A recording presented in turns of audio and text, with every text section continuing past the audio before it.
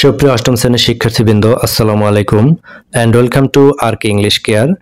আজকের ভিডিওতে আমি আলোচনা করব তোমাদের অষ্টম শ্রেণীর ইংরেজি বইয়ের unit 8 listen to the first news paper এর বাকি অংশ।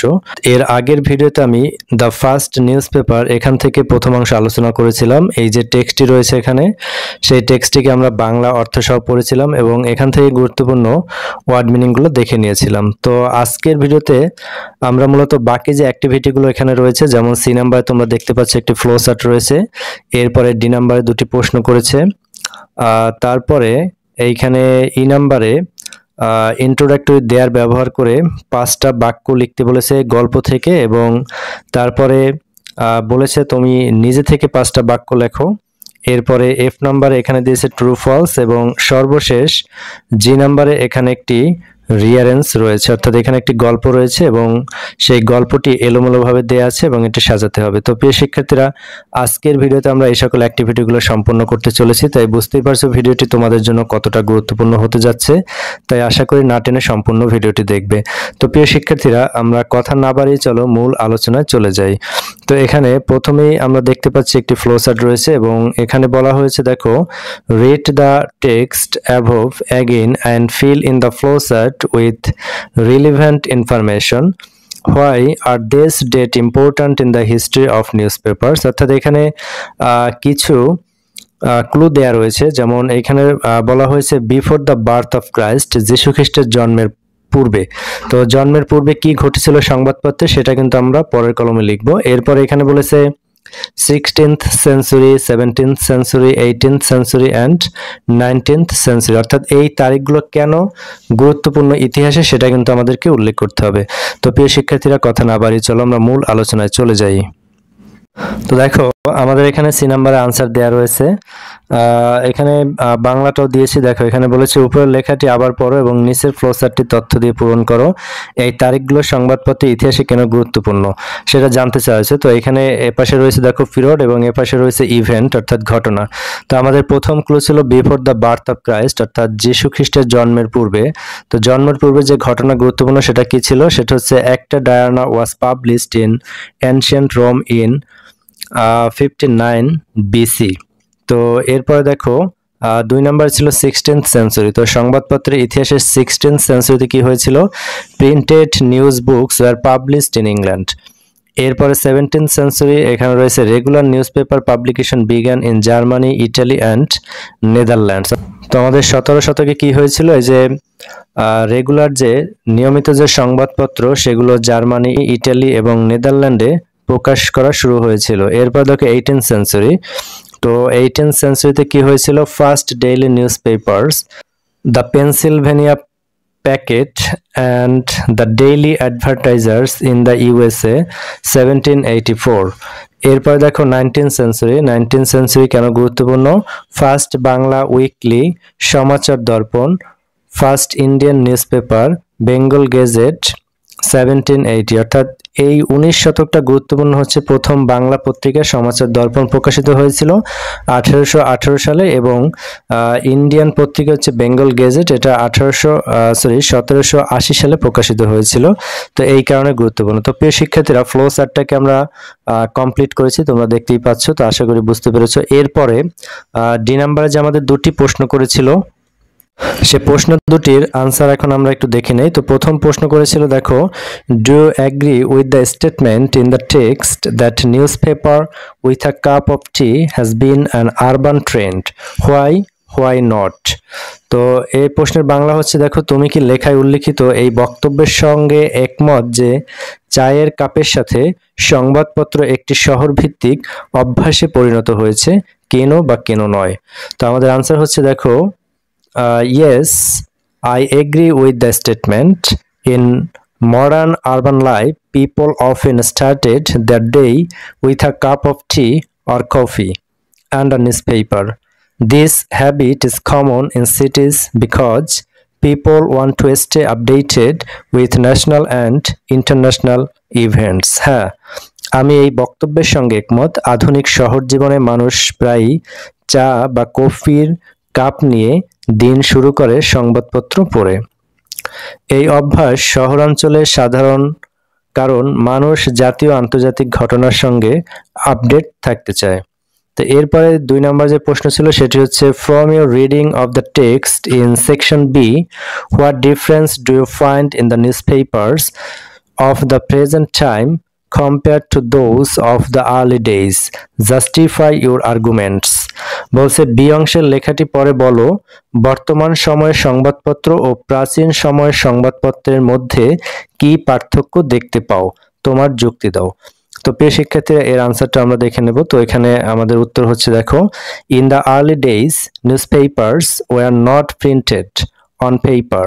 For example, Acta Diurna was displayed on boards in public places, but now newspapers are printed, delivered at home, and even available online. Present-day newspapers are faster, more colorful, and have more sections.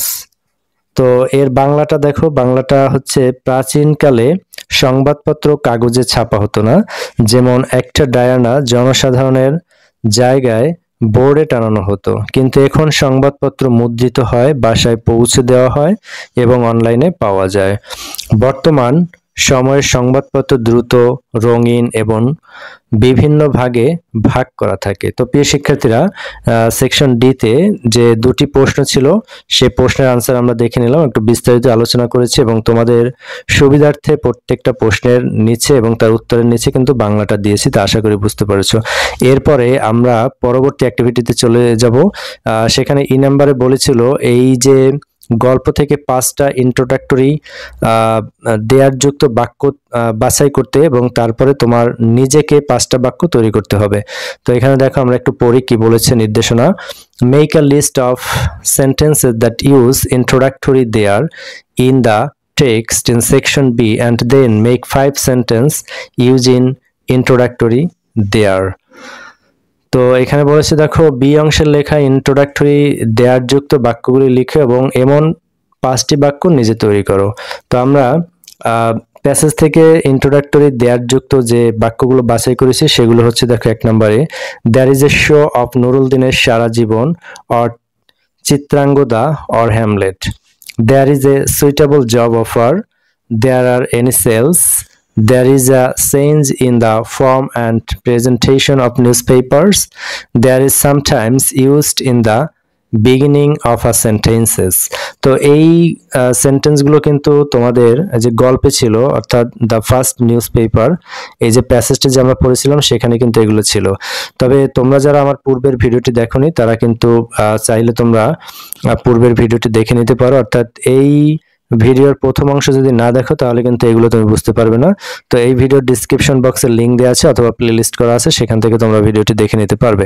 এরপরে on sentence, অর্থাৎ তুমি যেগুলো তৈরি করেছো সেগুলো হচ্ছে কি দেখো, there is a new book on the table, there are many stars in the sky, there is a cat in the garden, there are many students in the classroom, there is no electricity in the village। এই 5টা বাক্য কিন্তু আমি তৈরি করে দিয়েছি তোমাদের জন্য, অর্থাৎ এগুলো হচ্ছে তোমাদের নিজেদের বাক্য।